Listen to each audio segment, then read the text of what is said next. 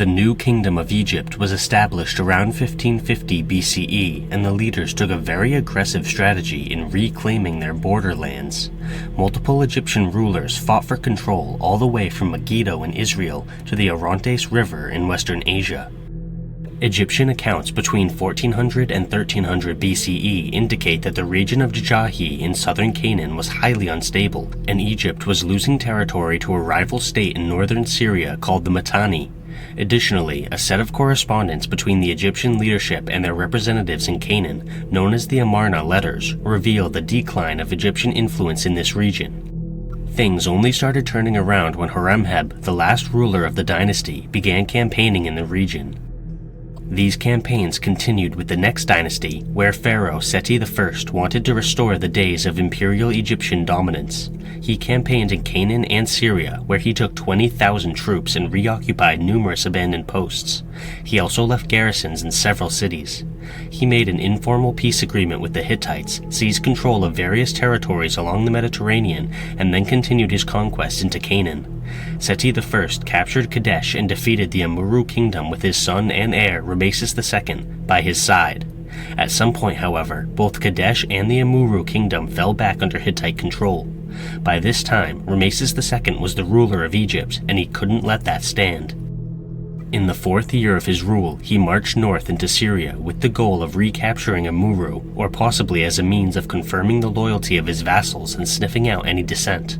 By spring of the next year, Rameses II launched a campaign for modern-day Kontir. The king of the new kingdom of the Hittite Empire was a man named Muwatalli II, and he did not take kindly to the actions of Rameses II. He gathered his own forces and marched south to confront them. The army under the command of Rameses II consisted of 4 divisions with an additional group of Canaanite mercenaries. In his book Armies of the Pharaohs, Mark Healy estimates that Rameses II had roughly 2,000 chariots in his army, with 500 being allocated to each division. On the other side, King Muwatalli II had gathered 19 Hittite allies and the king of Aleppo, which demonstrates the extent of Hittite influence at the time. These armies were both extremely large and ready for a good fight. Muwatalli positioned his troops near Kadesh and sent out spies to mislead the enemy. 2 of these spies pretended to be civilian nomads, and they told Rameses that the Hittites were still positioned at Aleppo. Rameses marched his troops toward Kadesh, totally unaware of the presence of his enemy. An Egyptian scout arrived shortly after with 2 Hittite prisoners, and the following quote comes from Egyptian records. When they had been brought before Pharaoh, his majesty asked, "Who are you?" They replied, "We belong to the king of Hatti. He has sent us to spy on you." Then his majesty said to them, "Where is he, the enemy from Hatti?" "I had heard that he was in the land of Aleppo." They of Tunip replied to his majesty, "Lo, the king of Hatti has already arrived, together with the many countries who are supporting him. They are armed with their infantry and their chariots. They have their weapons of war at the ready. They are more numerous than the grains of sand on the beach. Behold, they stand equipped and ready for battle behind the old city of Kadesh." Rameses called his princes together to discuss their failure in keeping him appraised of the enemy position. His second-in-command was ordered to hasten the arrival of the other divisions, 2 of which were still a long ways away from the camp. The Ray division was almost there. While Rameses was speaking with his princes, the Hittite chariots crossed the river and charged the Ray division, who were caught in the open and forced to scatter. Some of them attempted to retreat to the camp while being pursued by Hittite chariots. These chariots then attacked the camp itself, breaking through the shield wall and spreading panic throughout the Amun division. The Hittite chariots began facing stiff resistance from the Amun division, and their momentum died off. Rameses described these events as being deserted and surrounded by enemies. "No officer was with me, no charioteer, no soldier of the army, no shield bearer." Rameses was able to defeat these initial chariots by rallying the Amun division with the survivors of the Ray division.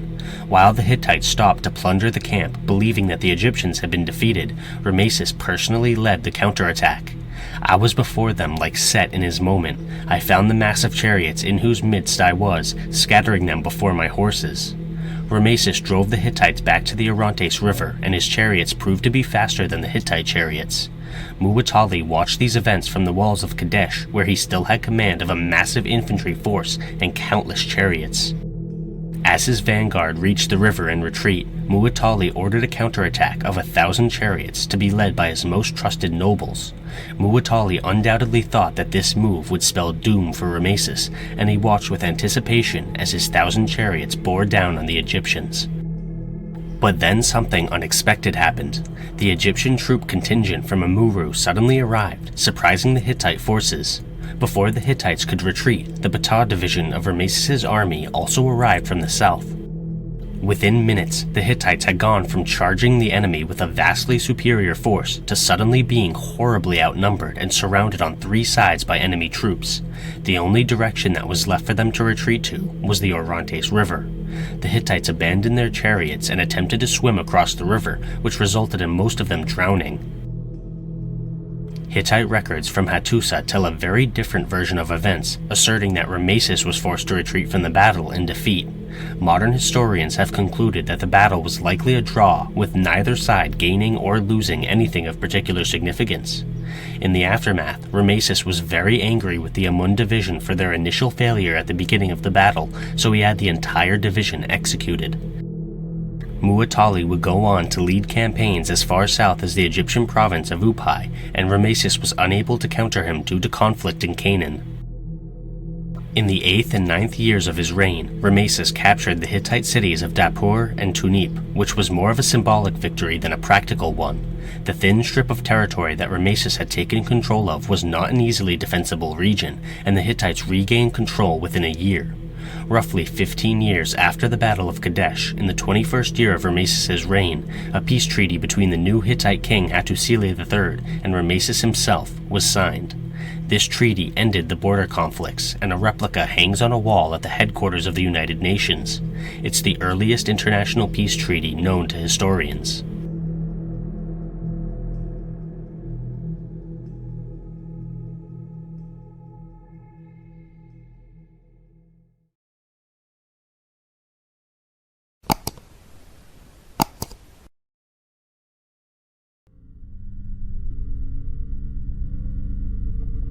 The Shang dynasty were the rulers of the Yellow River Valley during the 2nd millennium BCE, and by the 12th century BCE, the Chou clans of the Wei River Valley were their vassals. King Wen of Chou was given the title Overlord of the West by Dizin, the Shang king. Dizin originally had a peaceful relationship with Wen, but he soon came to fear the growing power of the Chou clans, so he imprisoned Wen. Wen was later released from his shackles and allowed to return home, but the tensions between the Chou and the Shang did not cease. Wen prepared an army and used it to conquer several smaller vassal states of the Shang dynasty, gradually weakening Dizin's power. King Wen perished in 1050 BCE, but the hostility toward Dizin survived. Despite his earlier fears, Dizin was not concerned about the Chou conquest of minor territories.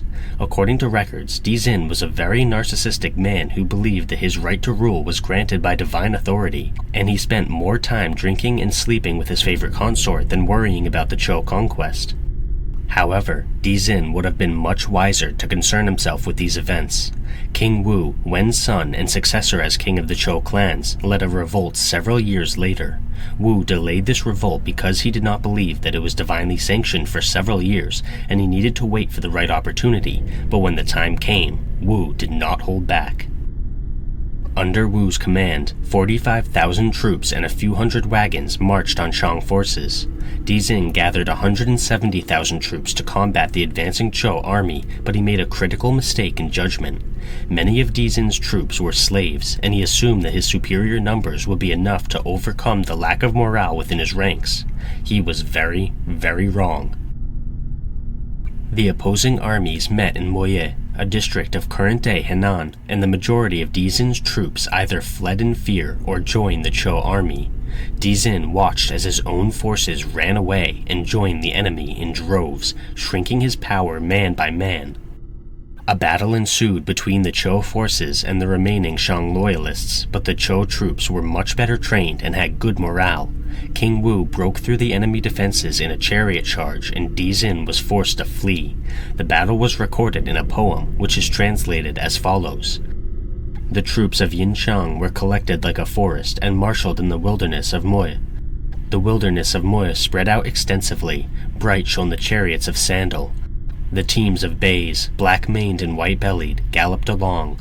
The Grandmaster Shang Fu was like an eagle on the wing, assisting King Wu, who at one onset smote the great Shang.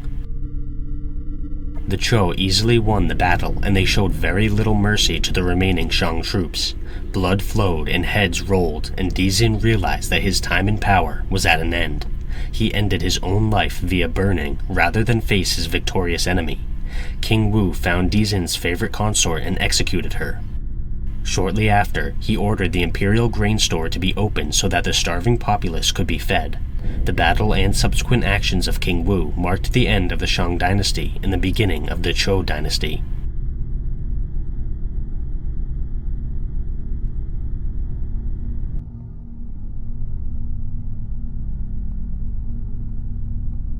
Click the join button to become a member today.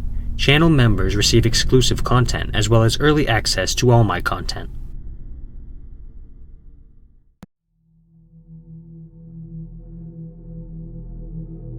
In November of 333 BCE, the Persian Empire was quickly losing ground to the Kingdom of Macedon. King Darius III of the Persian Empire had just recently lost a battle to Alexander the Great, and his wife, mother, and 2 daughters were all captured by the enemy. In addition, Alexander had assumed control of southern Asia Minor, which drastically expanded his power in the region. Darius retreated to Babylon, where he regrouped with the remnants of his armies. There was nothing Darius could do except wait, hoping that Alexander would be weakened by someone else. In 332 BCE, Alexander fought at the Siege of Tyre, where he gained control of the Levant. After this, Alexander won the Siege of Gaza, and then the Persian satrap of Egypt surrendered to him. In sum, there was no stopping Alexander the Great. He was practically unbeatable, and Darius realized that diplomacy was the only real option he had left.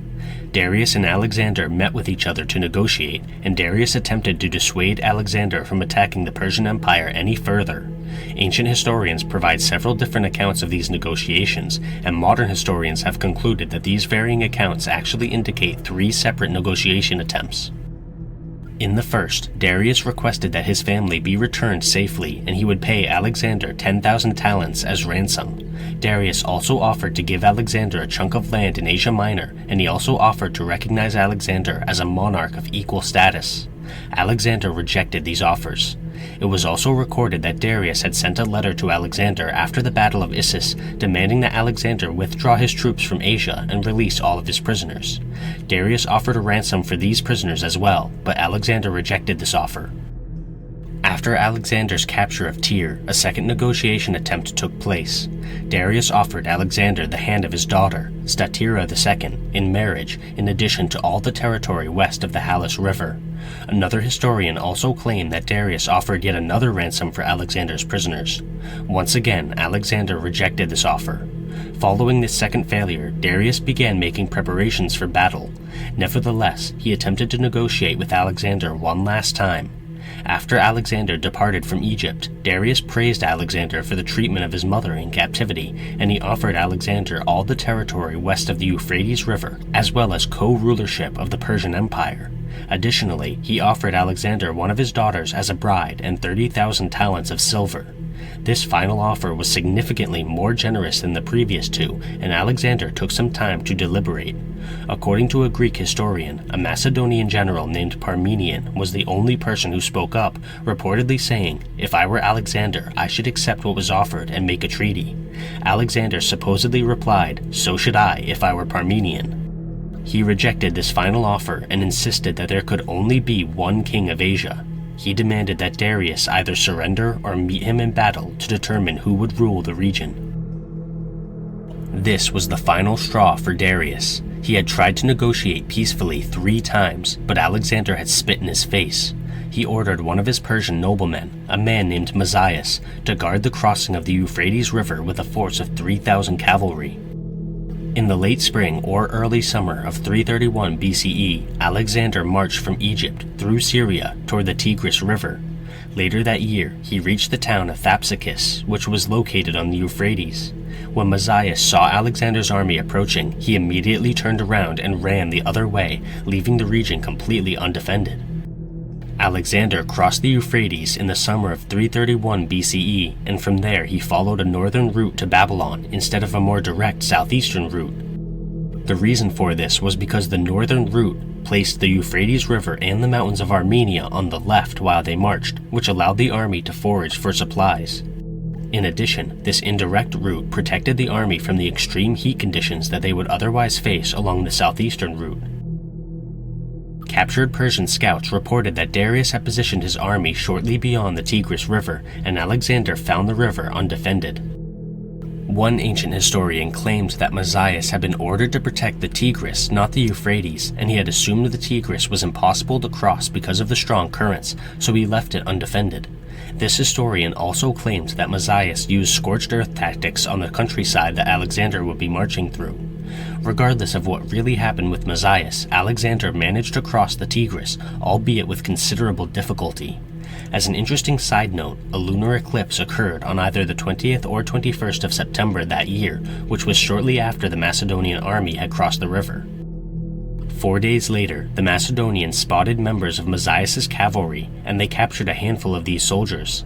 The captives gave away the location of Darius' army at the village of Gaugamela, which was located on the banks of the river Bumodus. Alexander concluded that Darius was not going to move his troops anywhere else because they appeared to be making preparations for a battle at the village. He allowed his own troops to rest for 4 days before the battle. Modern historians have calculated that the date of the battle was October 1st of 331 BCE. Before we get into the battle itself, it's important to note a few extra details. Modern researchers have questioned why the Persian forces did not try to harass the Macedonian supply lines while they marched to Gaugamela. After all, if they had attacked Alexander's supply lines, the Macedonian army would have faced problems with starvation, which would have made it easier for the Persians. However, historians have concluded that Alexander's choice of route, which took his army north instead of going on the quicker and more direct route southeast, caught the Persians by surprise. They most likely expected Alexander to take the faster route southeast, and his decision to go north disrupted their plans. In addition, Darius used scorched earth tactics along the southeastern route, which suggests that he was very prepared for the Macedonians to go that way and starve during the march. When he realized that Alexander had taken the northern route, Darius changed his plan, focusing instead on preventing Alexander from crossing the Tigris. This change of plan failed because Darius most likely positioned his troops at the wrong location along the river. There are numerous different accounts of the size of each army, although the Macedonian army has more consistent reports. The most widely accepted record among modern historians estimates that Alexander's Macedonian army consisted of 7,000 cavalry units and 40,000 infantry units. They split their forces between two halves, the left being commanded by Parmenion, while the right was commanded by Alexander himself. The cavalry was much more organized than the infantry, which has led historians to guess that subordinate officers were given command of the infantry.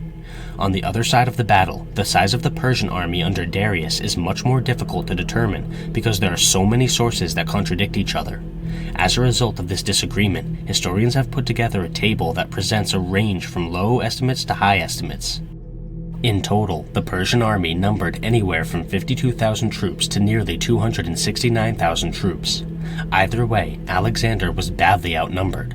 However, numbers aren't the only determination in battle. Darius's troops were lower quality than Alexander's, with inferior training and weapons. Darius placed himself in the center of the battlefield with his best infantry around him, and his cavalry were positioned on both sides. Chariots were placed in front with scythes. On the other end of the field, Alexander began the battle by ordering his infantry to advance in phalanx formation toward the center of the Persian line. While the two infantry forces fought one another, Darius sent a large chunk of his cavalry to attack Parmenion on the left. Alexander used a very unusual strategy during the battle. While the infantry forces fought in the center and Parmenion was engaged on the left, Alexander himself rode his cavalry far off to the right side of the battlefield. He wanted Darius to send his own cavalry to the right, which would create a gap in the Persian forces that the Macedonians could exploit to strike a devastating blow at the center of the Persians. Darius did not want to attack Alexander's right flank because he knew that Alexander had used a similar formation successfully before, but he also couldn't wait for the cavalry to surround his own forces. Alexander managed to force Darius's hand, and the Persian cavalry galloped out to the right to engage the Macedonians. What followed was a chaotic and bloody engagement between the two cavalry forces, and the Macedonians were toying with defeat because of their smaller numbers. However, they used a system of highly disciplined charges with their reserve troops to counteract the Persian numerical advantage. Before the battle had begun, Darius had ordered his troops to clear out all the shrubbery to create an open battlefield, and he realized that the Macedonian cavalry was leading the battle too far to the right side. Darius did not want the fighting to leave the cleared area because his chariots were only effective in the clearing, so he sent these chariots to the right side in order to put them to good use. A barrage of Macedonian javelins intercepted the chariots, taking many of them down. The remaining chariots were spotted by the Macedonians, who positioned themselves in such a way that allowed the chariots to pass through their ranks without doing any damage. The Macedonians then turned and wiped out the surviving chariots. Darius had essentially wasted his chariotry in a fruitless charge. The Persians began advancing on Alexander's Greek divisions, and Alexander pulled his cavalry out of the fighting to prepare for his next move. Alexander formed his cavalry into a wedge formation, and he led the charge directly into the Persian center, which was an infantry division. The Persian center was still engaged with the Macedonian infantry, which allowed Alexander's cavalry to slice through them without any resistance. They practically wiped out Darius's royal guard as well as his mercenaries. This move was the decisive moment of the battle, ensuring victory for Alexander and the Macedonians. The following is a quote taken from the works of an ancient historian who wrote extensively about this battle. For a short time there ensued a hand-to-hand fight, but when the Macedonian cavalry, commanded by Alexander himself, pressed on vigorously, thrusting themselves against the Persians and striking their faces with their spears, and when the Macedonian phalanx in dense array and bristling with long pikes had also made an attack upon them, all things together appeared full of terror to Darius, who had already long been in a state of fear, so that he was the first to turn and flee. Alexander had the option to chase Darius, but he received several desperate messages from Parmenion, reporting that the left Macedonian flank had been surrounded by the Persian cavalry. He decided to help Parmenion, which allowed Darius to escape. Alexander engaged the remaining Persian cavalry as they attempted to flee. According to ancient historians, this was the fiercest and bloodiest engagement of the entire battle, with the Persian forces killing 60 of Alexander's best men and injuring numerous others. Alexander was ultimately victorious, and Mazias pulled his forces back in retreat. The fleeing Persians broke down into disorder as the Macedonians pursued them. After the battle was over, Parmenion rounded up the Persian supply train while Alexander chased Darius. The Macedonians gained a significant amount of wealth from looting the Persian supplies. Some of Darius's remaining forces caught up with him, and he gave a speech to these survivors declaring his intentions. He wanted to travel east and raise another army to strike back at Alexander, and he also planned to send letters to the eastern nobles asking them to remain loyal to him. These plans would never come to fruition because one of Darius's trusted noblemen, a man named Bessus, murdered him. When Alexander discovered this treachery, he was disappointed. Although he had fought a violent and bitter conflict against Darius, he respected the man for being such a worthy opponent. He gave Darius a proper burial ceremony before chasing Bessus and executing him. Most of the remaining nobles bent the knee and pledged their loyalty to Alexander. The Achaemenid Persian Empire is generally agreed to have ended with the death of King Darius III.